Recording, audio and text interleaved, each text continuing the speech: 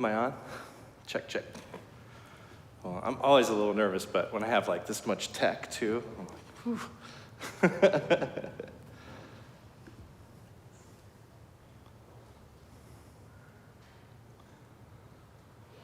All right. So I read this book a while ago called Say What You Mean by Oren J. Sofer for no particular reason other than it was about nonviolent communication, and I had an interest in that. I also like the idea that the author has a background in mindfulness, he has a background in training for nonviolent communication, and he has a background in somatics. And I thought that was a neat convergence, and turns out he also was a Buddhist monastic for a while. And I think I said this last time, but I love the fact that this book, I don't think he uses Buddhist language more than like 3 or 4 times in the whole book, but it's clearly derived from the teachings, or at least accords with the teachings of the Buddha. So I hope to highlight some of that today. And I'll also stay right at the top that there is to be a Sangha book club about this book coming up. And I think that's particularly awesome because we can kind of work on this on our own, but it's like any dharma. Like if we're doing it with other people who have similar ideas and are working with similar techniques and trying to remember similar stuff, it's gonna work out a little better, and we're gonna reinforce each other. So I hope as many people as possible join in on that book study. It's gonna be a conversational kind of thing. It's not like a teaching, like we're gonna actually be doing applied exercises and things like that, from what I understand. It starts, the first one is Sunday, April 23rd, from 7 to 8. And there'll also be some involvement with a speaker, I can't remember her name, who is really involved with training this kind of stuff. So that's the background of what we're talking about today. Last time I talked about needs as a doorway to compassion. So that was like part 1 of this talk. And today will be more about feelings. Just briefly, if people haven't heard of it before, nonviolent communication in brief is these kind of 4 steps. And they are being able to state an observation clearly, separately from judgments and evaluations. That's the first step. That's starting somewhere where everybody can agree. The second step is feelings. And feelings is where we'll spend most of our time today, but we're talking really about emotions. And the trick here is not confusing our thoughts with emotions or calling thoughts emotions. The third step is needs. And needs, the key there is making sure that we've arrived at something that's universal. And it isn't a strategy. So the difference here, like a strategy is tied to a person, a place, or a thing, or a time. A need is something universal. So if you're trying to find or figure out, let's say if you're in a difficult conversation with somebody and you're trying to figure out what their need is, if you can't get behind what you think their need is, you haven't gotten to the need yet, because needs are universal. And then the fourth step is the request, being able to make a clear request that is not a demand and is specific and achievable. An interesting point he makes in here is that if you can do the first 3 without a request, it can actually come off the wrong way. Like if you really are able to open up clearly and share an observation, your feelings and your needs, but then not ask somebody something clearly based on those, then they can take it the wrong way. So it's kind of important to be able, and I've seen this happen too, where people they're earnest and they're sharing, but they don't have a thing to say, and it can, kind of put people in a weird space. So we got a lot to cover today, so let's start by saying the prayer of refuge. We have it on paper here. I hope this translation is the same. It may not be. Yeah, so let's do, we'll say this once in Tibetan, once in English, once in Tibetan. And when you do the English, let's read from the screen, if possible, because that way if people see this later on video, they can follow. O Sangye Chidan Soki Chodnamla Janchu Pardu Dani Kyapsuchi Daki Jinso Ki Pe Sunam Ki drola penchir sangye drupasho. I take refuge in the Buddha, the Dharma, and the Sangha until I reach enlightenment. By the merit of accomplishing generosity and the other perfections, may I attain enlightenment for the benefit of all sentient beings. O Sangye Chidang Soki Chodnamla Janchu Padu Dagni Kyapsuchi Daki Jinsoki Pe Sudnamki Drola Penchir Sangye Drupasho. Lauden Sawe Lama Rinpoche Daki Jiwa Pede Denjula Kadrin Chepogo Neche Zunte Usun Tuki Ngedrup Saluso.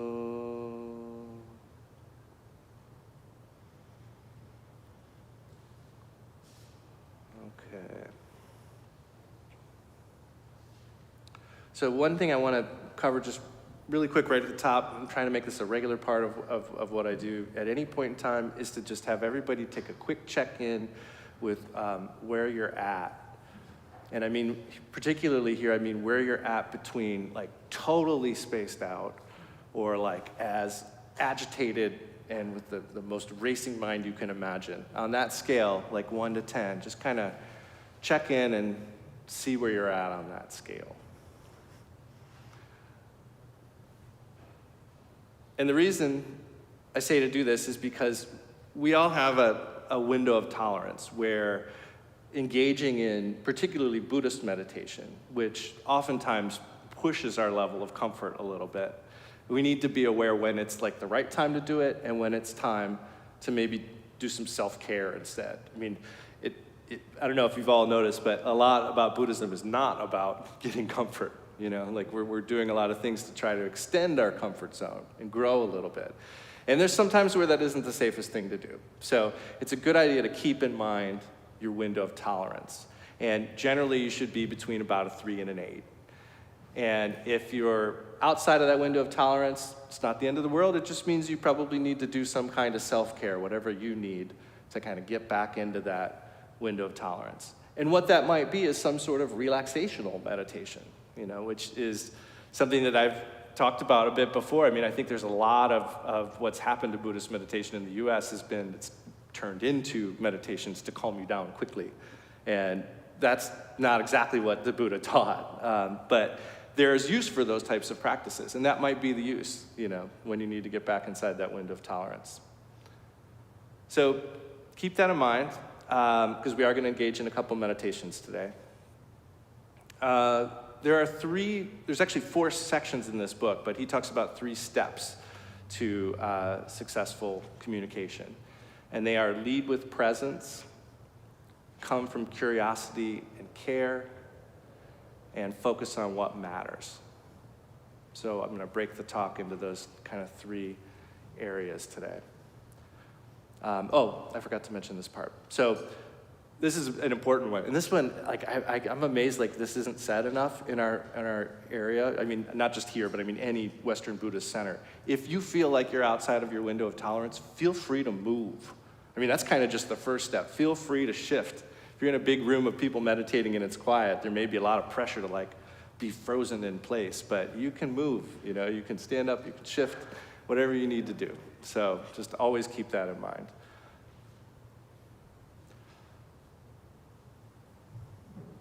So we'll do a couple short meditations today. With the first one here, I want to talk a little bit about balance. When we talk about the middle way, the teaching of the Buddha as the middle way, there's always some kind of balance. And being able to correctly identify what things we're balancing is often really important. So in particular, in the basic practice of shamatha that we teach downstairs at 10 a.m., we're talking about a balance between mindfulness and awareness. That's what we're cultivating in shamatha meditation, calm abiding meditation. And that means mindfulness is remembering to place the attention, and awareness is noticing when the mind has wandered. And we're cultivating both of those. And the reason it's important to know that is because I think most of us as achievers get set on the mindfulness aspect. Like, I want to always keep my mind right there. That's what I'm doing. But we're actually cultivating awareness too. And that awareness is what notices when our mind wanders. So in those moments where we might be disappointed, like, oh, my mind's wandering, that's the awareness, and we want that, you know? So it's important to make a good relationship with that awareness that notices when the mind is wandering, because that's one of the things we're cultivating. So, but we need to balance the two. We remember where we're placing our attention. We also notice when the mind has wandered. Another way to think about that is as anchor and atmosphere. So we have a place where we're anchoring our attention, and then we have a whole atmosphere around where we placed our attention. And those two things need to be balanced, and they're also kind of interdependent, you know? A point of mindfulness happens within an atmosphere of infinite points of mindfulness. And so one of the things we work with in our practice of meditation is picking one point of mindfulness and placing our mind there.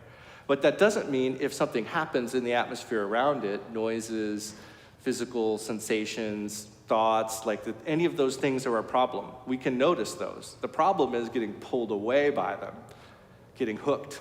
Shenpa is the Tibetan word. It means like getting hooked. But just noticing other stuff in the environment is okay. That's totally part of what we're doing here. So you can also think that when we talk about like Shenpa and getting hooked, if you think about this boundless field of all these potential objects of mindfulness, you know, in the physical realm and in our mind and all that stuff, what normally happens when we're not watching or paying attention is that we jump from point to point.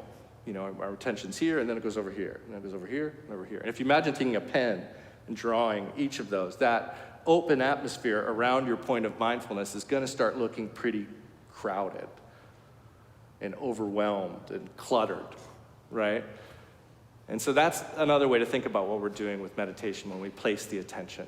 You know, we're allowing that spaciousness to exist around it without just jumping to every potential point. We can notice them, but we just stay placed on what we've chosen as our anchor. And if the mind does wander, no big deal. We notice it, bring our attention back. But there's a balance there, the balance between the anchor and the atmosphere. So let's do a little short meditation. I think a good summary of posture is straight back and open heart. So wherever you're sitting, straight back and open heart.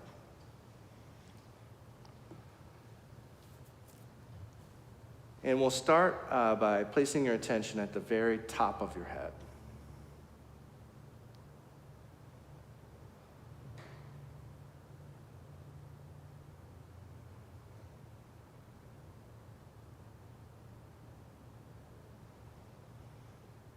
And then move your attention down to the soles of your feet.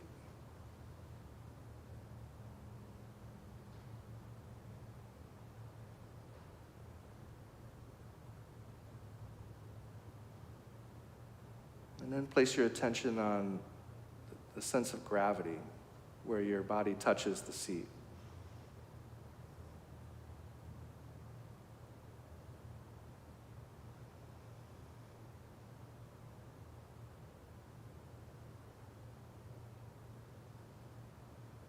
And then you can place your attention on your breath.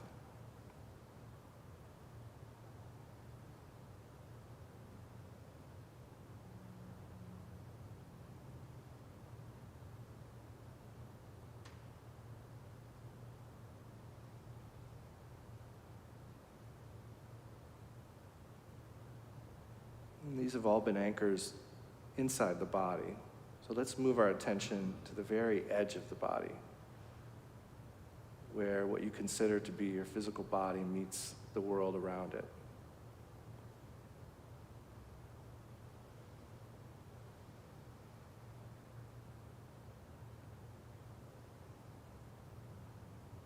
You might even briefly consider, what is solid here? Is it the space around me, or is it what I consider myself?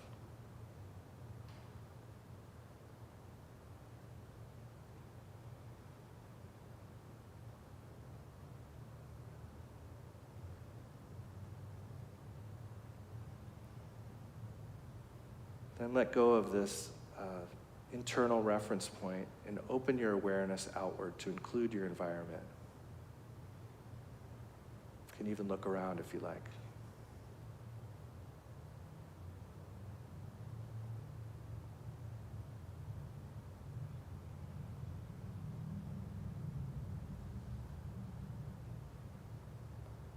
And then bring your attention back to one of those anchors inside your body. Your breath, the sense of gravity, top of your head.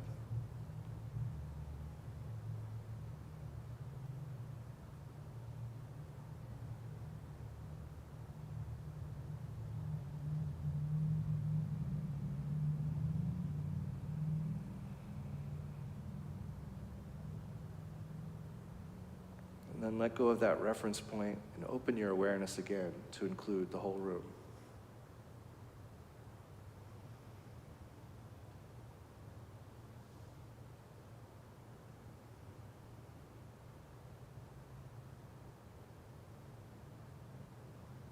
And now see if you can find the balance between your internal reference point and the environment.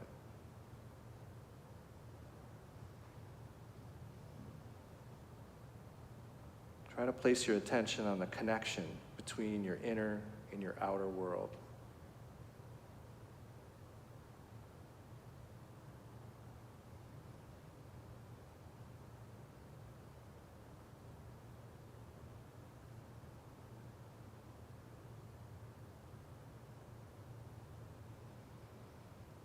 Okay, thank you.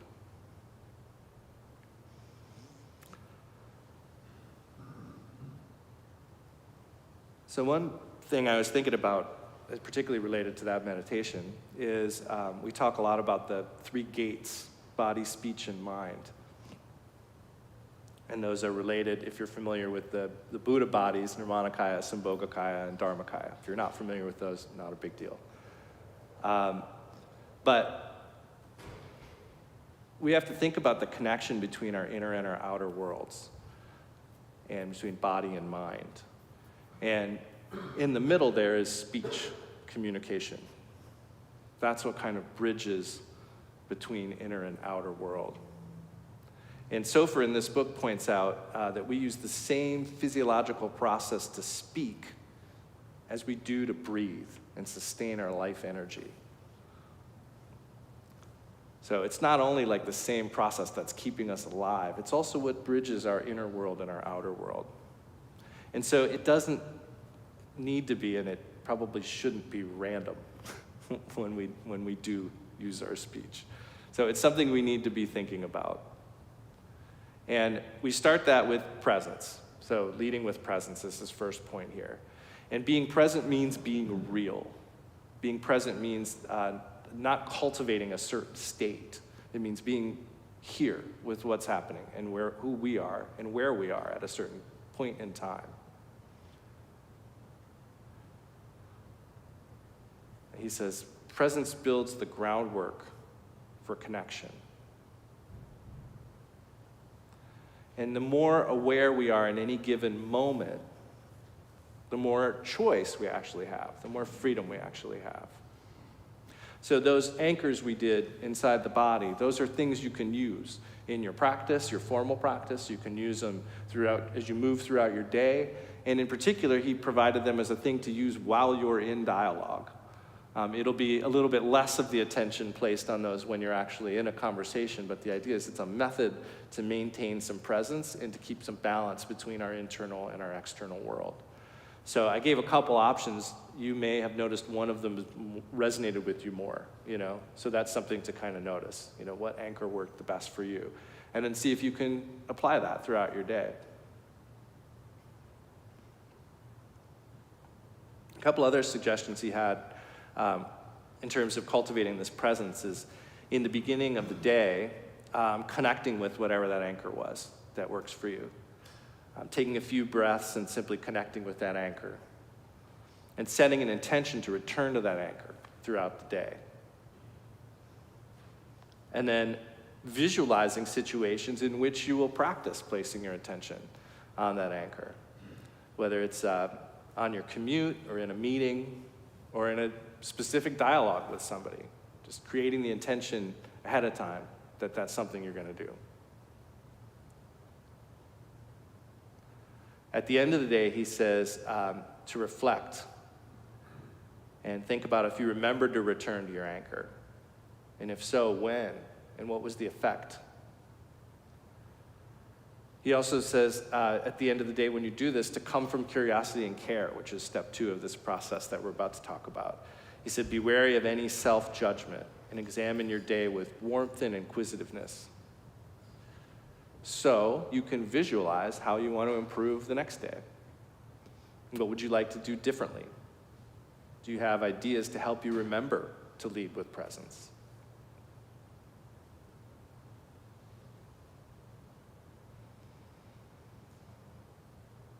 Now let's do another short meditation.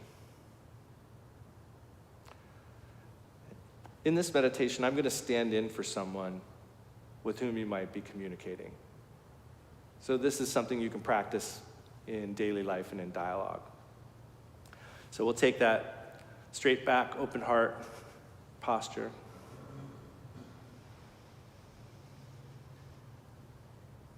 And go ahead and place your attention on an internal reference point.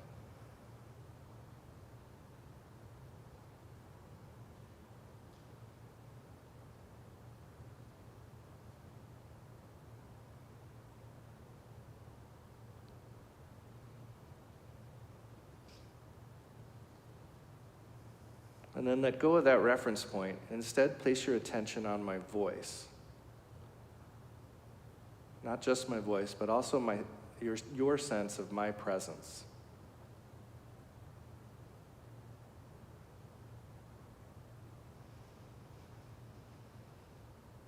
And then, as I continue to speak, shift your attention back to your internal reference point for a bit.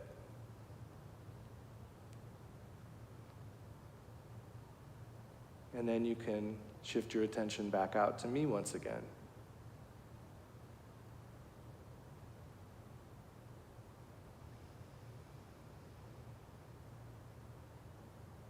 Try gradually shifting your attention from your internal reference point to your sense of my presence.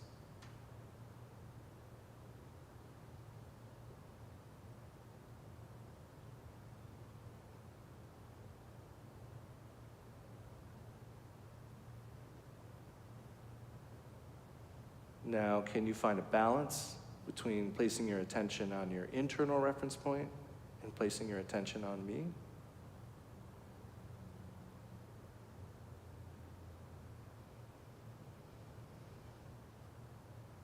Can you place your attention on the connection between us? Not on you or me, but our sense of being here together.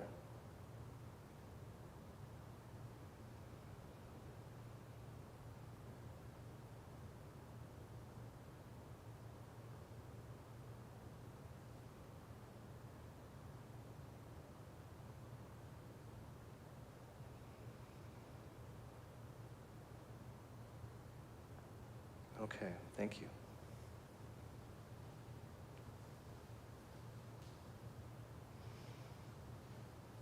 This is a hard one to remember. A lot of this stuff is hard to remember. I've been working kind of exclusively with this book for the last 4 months, and I can tell you that some of these things I remember some of the time. But Dharma's like that, like we gotta put a lot of effort in and do our practice and try to remember as much as possible and celebrate the little improvements along the way, So if you feel like this is something that you start to practice and you only sometimes remember to do it or you only remember little pieces of it, that's still forward motion. That's still progress and it's still good. So keep that in mind. He also points out that true presence always entails a tremble of uncertainty. And that means that we're actually in touch with reality. So, something to remember. Uncertainty is something we need to get used to and comfortable with. And one of the main ways that we distract ourselves, or one of the main reasons we distract ourselves, is because we feel some kind of uncertainty. So if we can just kind of get used to a little bit of uncertainty, that's a big step forward. He also quotes a Zen saying that not knowing is the most intimate. So now if we move on to coming from curiosity and care, so once we've been able to establish some presence, then we establish our intention. And the intention here is the intention of curiosity and care. And if we don't consciously set our intention, we will likely default to self-centeredness. That's kind of our sort of a gravitational pull that we've all been working with, is this kind of, we can remember briefly to think of others and do virtuous things, but there's this pull towards ourselves, so we need to always be correcting. It's said that all Dharma is remedial. We're always trying to remedy. So our intention is curiosity and care. And as we discussed last time, there is a circle of production leading from our view to our intentions, to our experience, and back again to our view. We talked about this last time, so if you want to watch the first version of this talk on KTC's YouTube page, you can, but just in brief, our view shapes our intention creates our experience, and our experience solidifies our view. So when we have a view of things as win-lose or right or wrong, our intention becomes one of protecting and defending.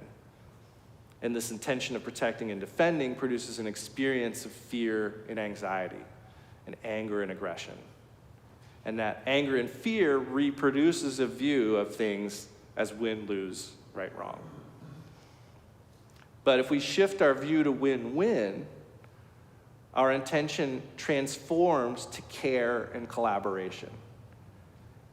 And that creates the causes for an experience of intimacy and safety and belonging. So to say that one more way, when our view is that interpersonal conflict is dangerous and a problem means that something is wrong, then we will blame and judge others for expressing their needs. And this inevitably leads to experiences of disconnection and alienation. But when we can cultivate the view that we share universal needs to be happy, and that conflict can be a ground for learning, our bodhisattva intention, the intention to achieve awakening for the benefit of other beings, that intention to connect and to care will yield experiences of connection and understanding and creativity. And he even uses the word synergy, which I love because that was one of the things Khenpo Karthar Rinpoche told me in retreat. I asked him if, sometimes somebody will say a word you haven't heard in a long time, and then like 3 hours later, someone else says that word, and you're like, what is going on here? And then it's in a TV show. Like, I asked him, does that mean anything? And he said, that's actually can be a sign of progress in your practice, that your practice is going well. And it's something to contemplate because, if we have some hand in our experiences, right? Like that's kind of one of the fundamental things in Buddhism is that we, our actions have results, and so there is a little coming together of our external world and our internal world that can happen when our practice is on, So coming from curiosity and care is it makes understanding and connection the most important thing. And genuine connection means presence.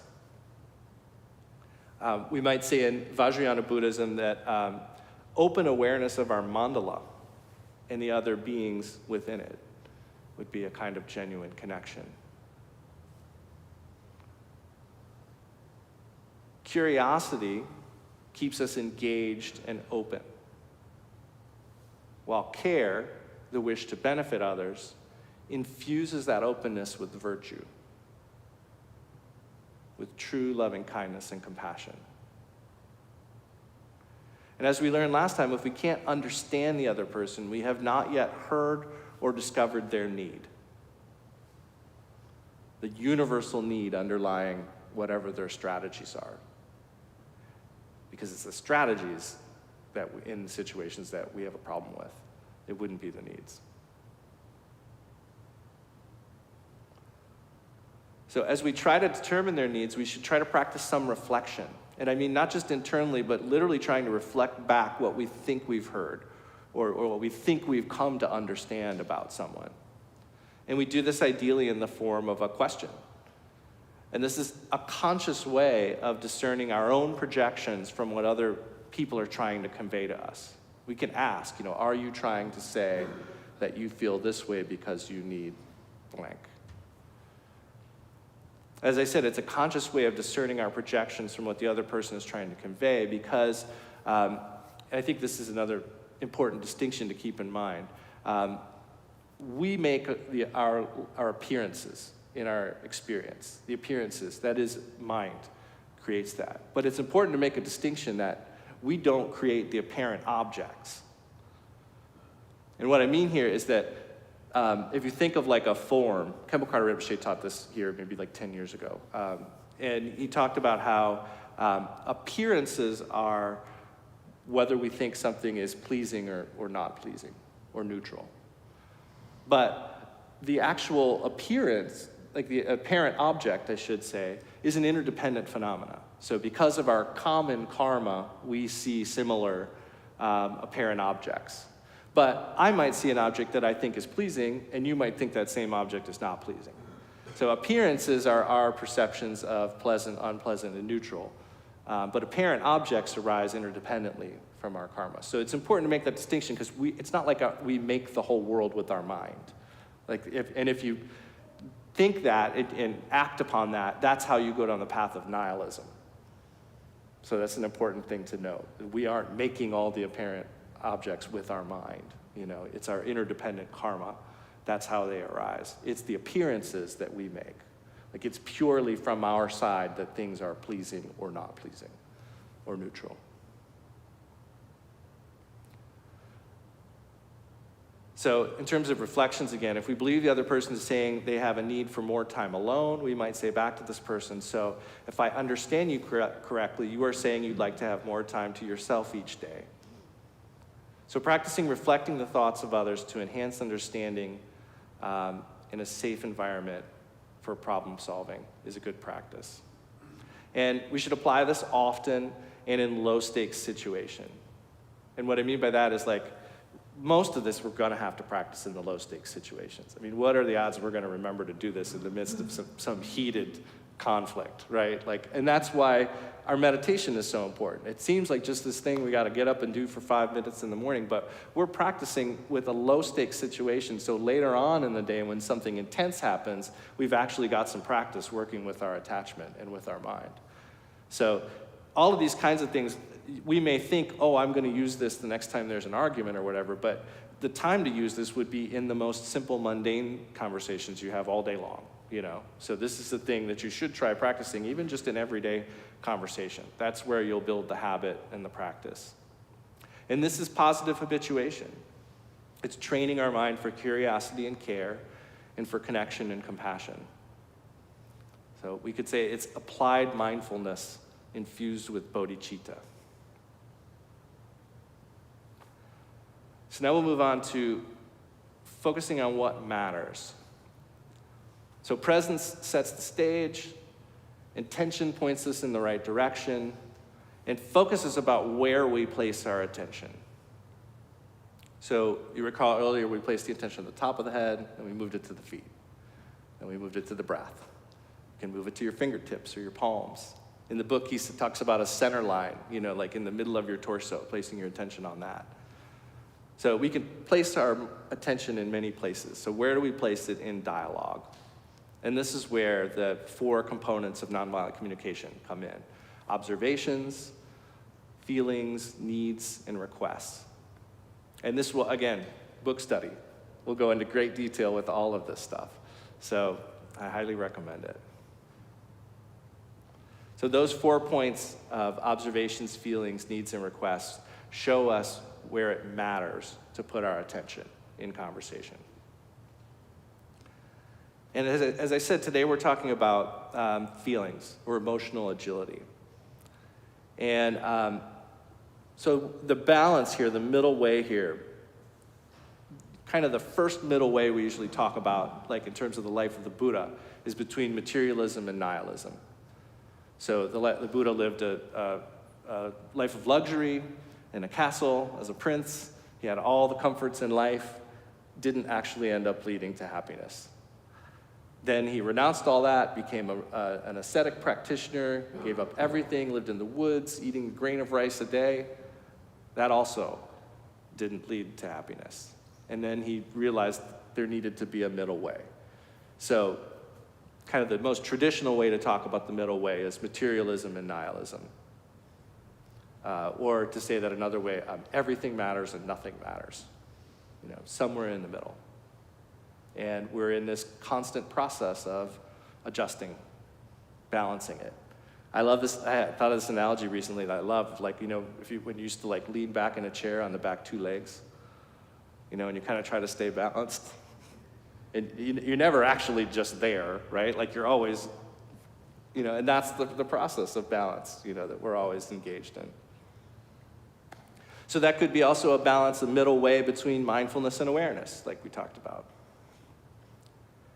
We talk about compassion and emptiness when we get into Mahayana Buddhism.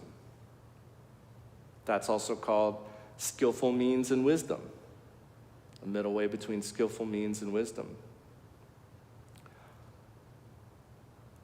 Tantra, Vajrayana Buddhism, we're talking about vivid and insubstantial.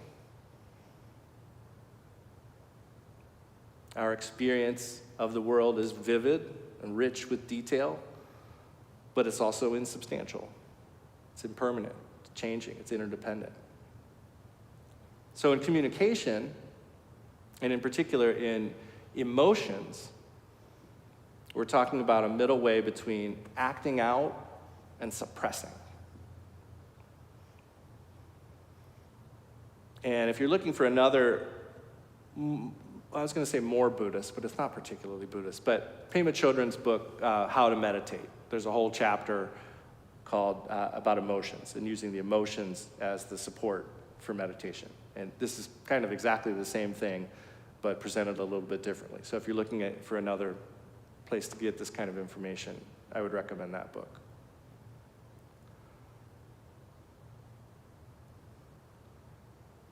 So, so the practice is being able to distinguish the felt sensation of our emotions from our thoughts and stories. And that's key to skillfully handling and expressing emotions, being able to distinguish just the tone of the emotion, just the energy. And this is important because we know the cost of reactively expressing our emotions can be excruciatingly high. Sometimes it takes months or years to repair those kind of things. A moment, of acting out on an emotion. And sometimes they're not repairable.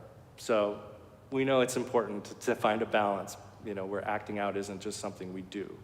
We also need to be aware of the damage that suppressing emotions can do. It doesn't really work. And our unacknowledged emotions can wreak havoc on our communication, causing us to construct entire narratives of negative assumptions about other people. And it's all to try to make sense of our own unrecognized feelings. So we have to find the middle way between reactive expression and habitual suppression of our emotions. And we can do this with curiosity and care. He says, in particular, we have to develop for emotional agility, we have to develop the abilities to identify emotions, to find a balance in our internal experience of them, and to be able to express them openly and skillfully without blame or judgment. And that without blame or judgment expression of them is what we're talking about with observations and requests. So we're not really going to go into that today, but we're going to talk about identifying emotions and finding balance. So first exercise that you can try is he calls seeking myths. And the idea here is that we are habituated by our environment to think there are certain emotions we're allowed to feel and express depending on certain factors like our gender or age or culture. And this can lead to a lot of anxiety and shame and depression. So a contemplation you could do is, what messages did you receive from your family, culture, religion, or society about emotions? So part of what we're doing here is just waking up, to use the word of the building, you know.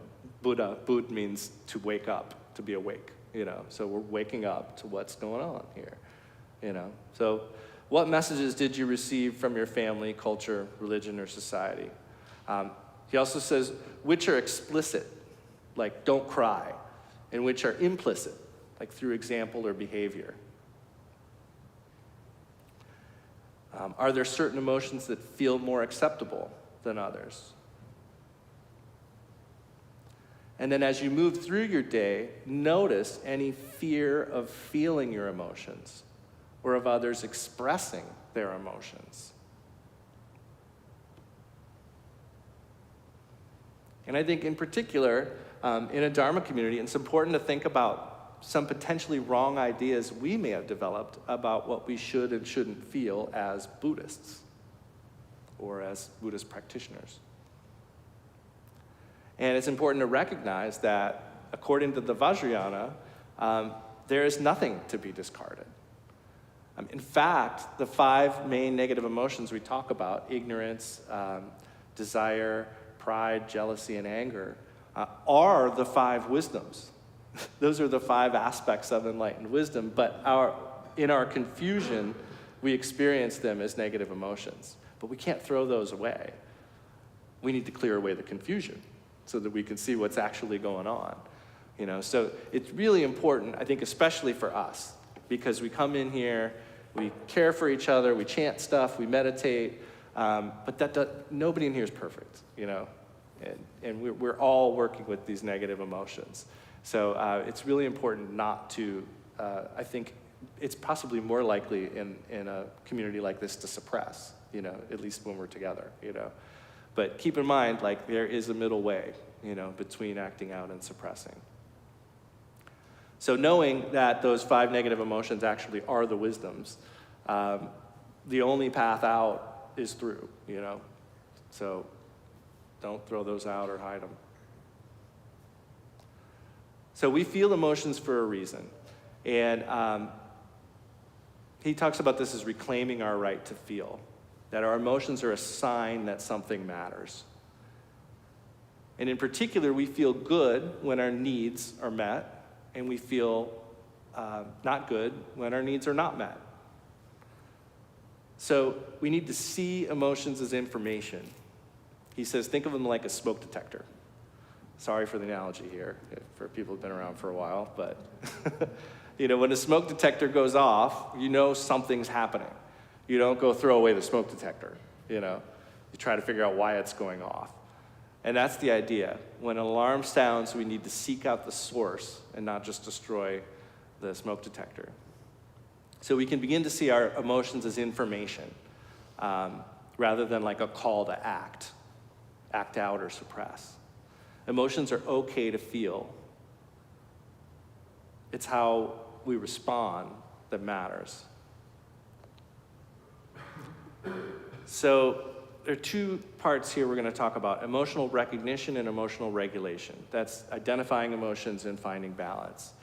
So Oren Sofer says, mindfulness is the primary tool to develop our capacity to identify emotions, emotional recognition, and to feel them with balance, emotional regulation. So for most of us, our vocabulary of emotions is pretty limited. We have maybe just a few words: angry, happy, sad, confused. In Buddhism, there's this basic 5 negative emotions: ignorance, anger, pride, desire, and jealousy. But there's actually a rich palette of emotions that we could familiarize ourselves with. So we have these 5. We could maybe break that down to needs met, needs unmet. Expand that out a little bit to like, if your needs are met, you may feel peaceful or loving or glad or playful or interested. Needs unmet, mad, sad, scared, tired, confused. But it spins out even more. So this is maybe a little overwhelming, but I want to just show you some of the examples. This isn't even all of the examples he has in the lists in the book of all the emotions that we potentially have, you know? So there's lots of nuance to this energy that we call emotion. You know, there's a lot of nuance here that we may not be noticing or discerning. So one of the first steps in being able to identify emotions, aside from just placing the attention, is starting to learn what some of them are. And you can find, by the way, this list and other lists on, they're in this book. There's also like Nonviolent Communication has lists of this on their websites. So I would just suggest, you know, try to learn some emotions. And, you know, I mean, I was really surprised. Like, I feel most of these. You know, I just hadn't ever really thought or looked closely enough to say it. So naming emotions is a first step to mindful communication and emotional recognition. And we can refine this ability. One way is by feeling emotions in our body. So, for instance, if you're feeling a wave of emotion coming on, you can place your attention on the surge of energy that we call that emotion. And notice in your body, how does it feel? So you may think right now, like, what does joy feel like? What does it feel like when you have great joy, like physically? Or what does sadness feel like? What things happen in your body? Because there's an interdependence of emotion in our bodily affects. Sadness may make us slouch our shoulders or lower our head, whereas confidence straightens us up. And the reverse is true too. You know, if we force a smile, we can actually begin to feel a little happier, you know. So through connecting with the physical expression of our emotions, we become better at identifying what we're feeling. And gradually our emotional palette will expand. And I was thinking this is like being a sommelier of emotion, you know. You might like, nose is a pungent insecurity, hints of startled and confused, you know, and then palate is hurt and animosity, with a long, toasty resentment for a finish, you know. So this is a real practice, you know, like this is something we can and should do, and this is a great way to work with these waves of emotion, because what do we usually do when those waves roll in? We jump into blame. And we jump into win and lose. So here's a great thing we can do otherwise that's going to help us communicate better and also prevent us from going into these negative self-cherishing habits. So that's an emotional recognition step, but then we have to think about emotional regulation. So remember, emotions have like a general tone to them, and we describe that tone as pleasant, or unpleasant, or neutral. I've shown that here as the waves because it's usually the space between the waves that we just think of as neutral. When those big surges of energy come through, then we're going to label that as either pleasant or unpleasant. And that's what we call the three objects in the Lojong teachings of Mahayana Buddhism. And whatever we meet will have one of these three general tones. But then we react to those tones with either attachment, aversion, or ignorance. And we refer to these as the three poisons. So it's our inability to tolerate the intensity of emotions that sparks our reactivity. So when we encounter something unpleasant, we don't like that, we generate aversion. If we encounter something pleasant, we want to grab that and not let it go, you know. And if it's neutral, we just are generally not awake, you know. We just stay ignorant. So the three poisons happen in reaction to the three objects, but they don't have to. And just quickly, if you know this picture, the wheel of life, Complicated, really fascinating iconography of like how our cycle of suffering arises. And there's a lot going on in here. But suffice to say, the middle, the very center of all of this is the three poisons. So everything else, that whole cycle of suffering arises because of attachment, aversion, and ignorance. So we're talking about important stuff here, you know. So here's just an example of like what our experience might be like waves of reactive experience. One wave comes along, it's pleasant, we generate attachment. Nothing happens for a little while, we decide not to stay awake, we become ignorant, you know. Then something comes along, it's unpleasant, we generate aversion. And so we're constantly getting battered around by these waves of experience and energy.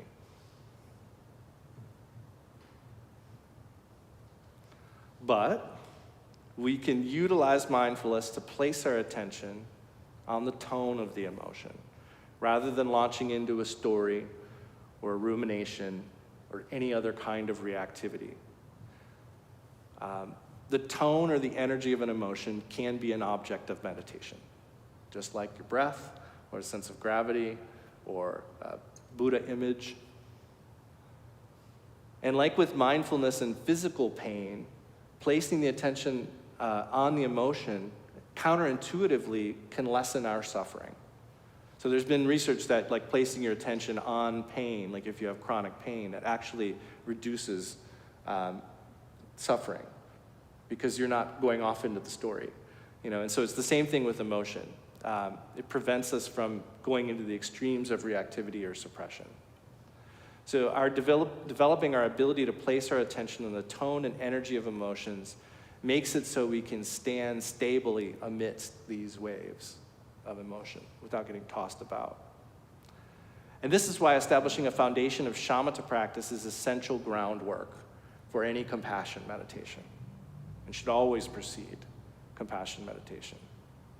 We have to hone our awareness of our habit to leap into the stories and rumination, our habit to leap into the poisons. We have to hone our ability to notice that process happening. And that's why shamatha meditation is foundational. That's the first thing we do and we try to improve with. Because it highlights our tendency to react to the three objects with the three poisons. So instead, by placing our attention on the tone of an emotion without leaping into reactivity or suppression, we naturally cultivate a simple, direct experience of the tone of our emotions. We place our attention on the energy underlying our manufactured stories. Then, once we've connected with that tone, then the last step is to connect to the stories and the meanings associated with those emotions that we've accurately identified. And we have to do this last because of the cycle of feeding between emotions and stories. Emotions tend to feed stories, which can feed more emotion, which feeds more stories. This is like, I mentioned before, that 90-second thing. They found that like when you have strong emotions, the physiological reaction lasts 90 seconds, that's it. But when we have a bad day and something bad happens, like we can feel bad all day long, right? It's a lot more than 90 seconds.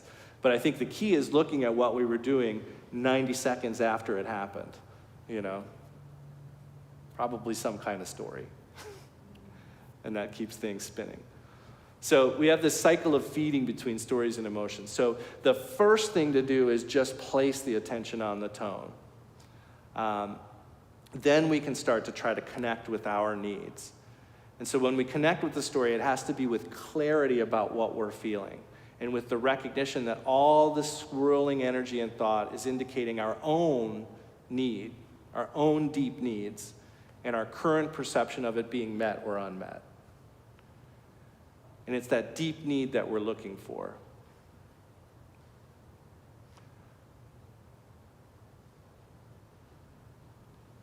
So let's talk about blame.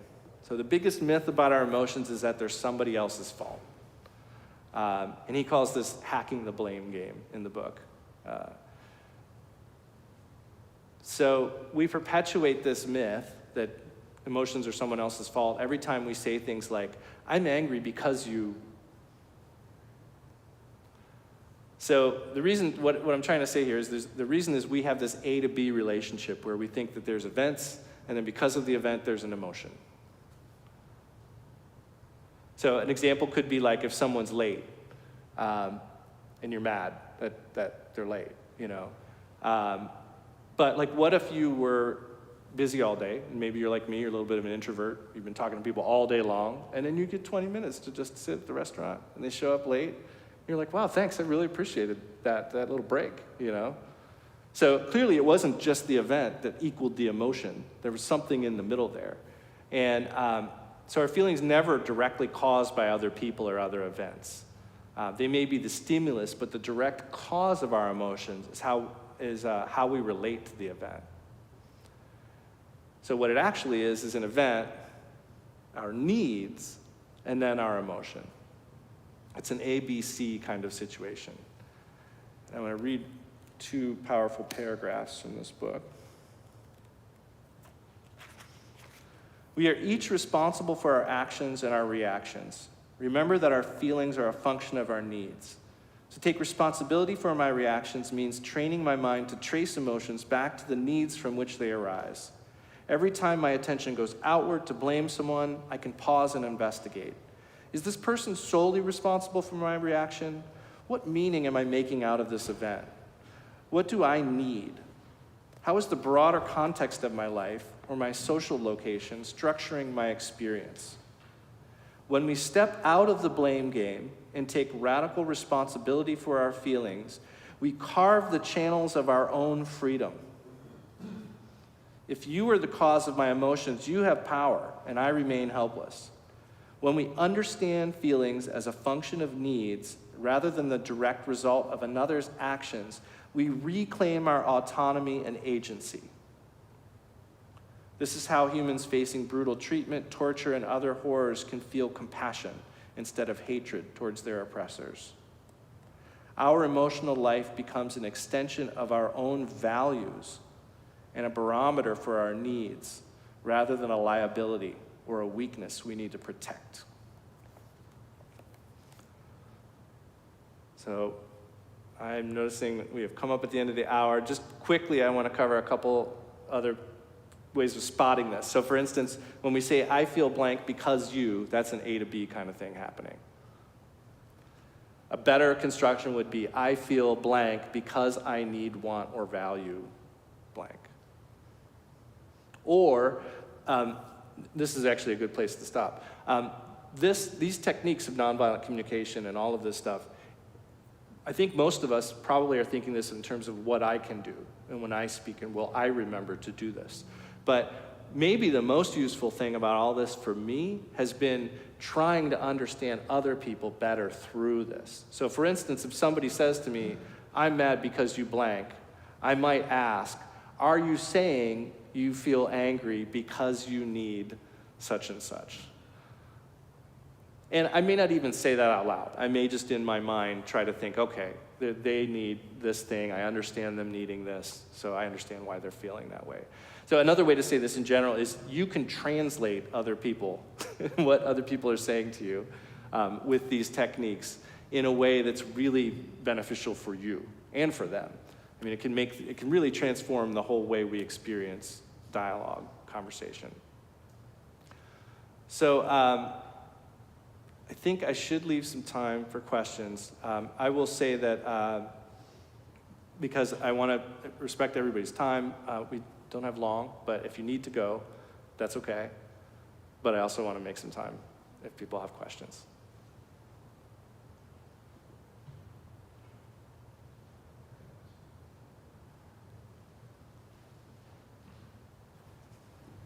Thanks, Lama. Adam. You're welcome.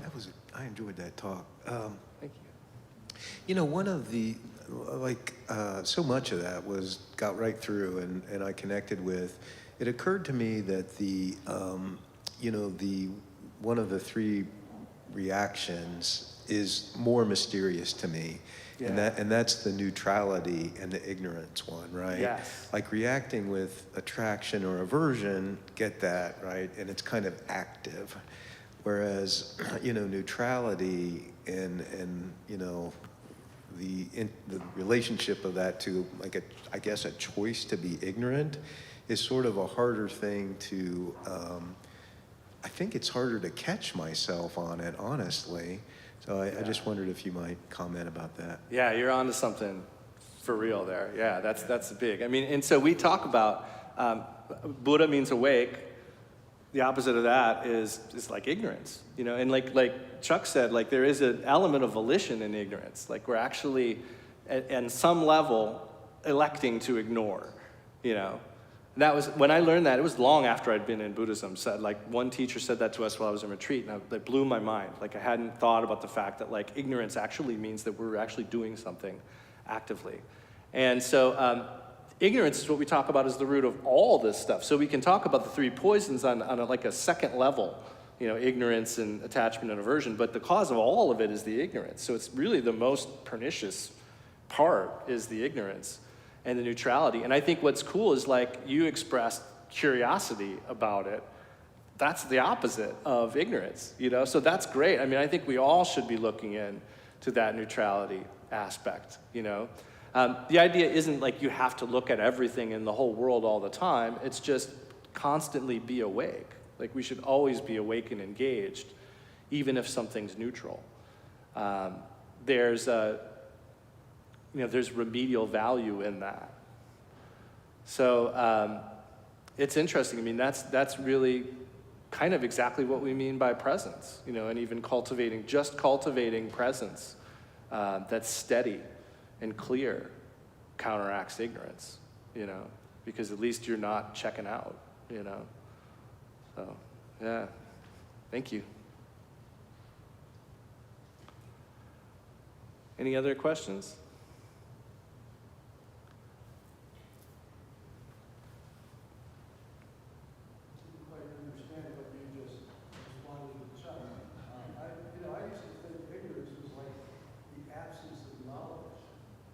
Mm-hmm. Absence of curiosity. Yeah. Is that?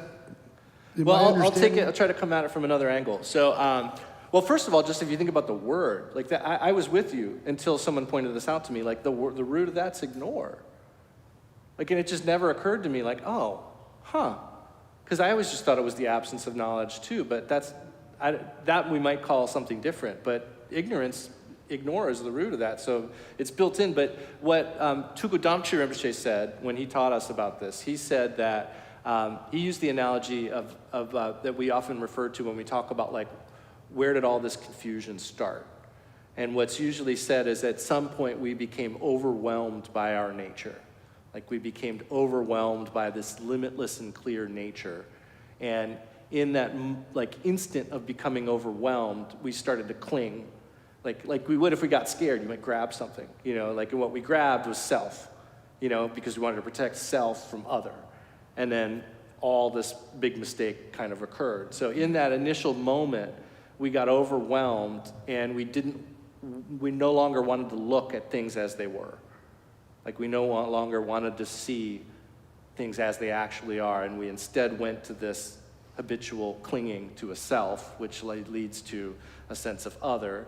And from that sense of duality comes negative emotions and friction, and because of that we act, and that creates karma, and that creates all of this. So there is an active moment. I mean, it is such a subtle volition in there, but it's a hopeful volition, because if what Tugu Damchi Rinpoche was telling me, and what I'm doing my best to understand and explain now, is that if there is a volitional element in our ignorance, then we can stop doing that. You know? That's all a big answer. So I want to finish with 2 points, because these were his 2 principles. He said, the more we take responsibility for our feelings, connecting them with our needs rather than others' actions, the easier it is for others to hear us. Similarly, the more we hear others' feelings as a reflection of their needs, the easier it is to understand them without hearing blame, needing to agree, or feeling responsible for their emotions. Doesn't this seem like a great thing to work on as a community, you know? So let's say the prayer of dedication. I put it on the screen. I'm not sure if this is the same one you have there, but we'll just do this one. By this merit, may I and all beings obtain the omniscience of Buddhahood and defeat our common enemy, wrongdoing. From the stormy waves of birth, old age, sickness, and death, from the ocean of samsara, may we free all beings. And until then, surf's up. Thank you, everybody.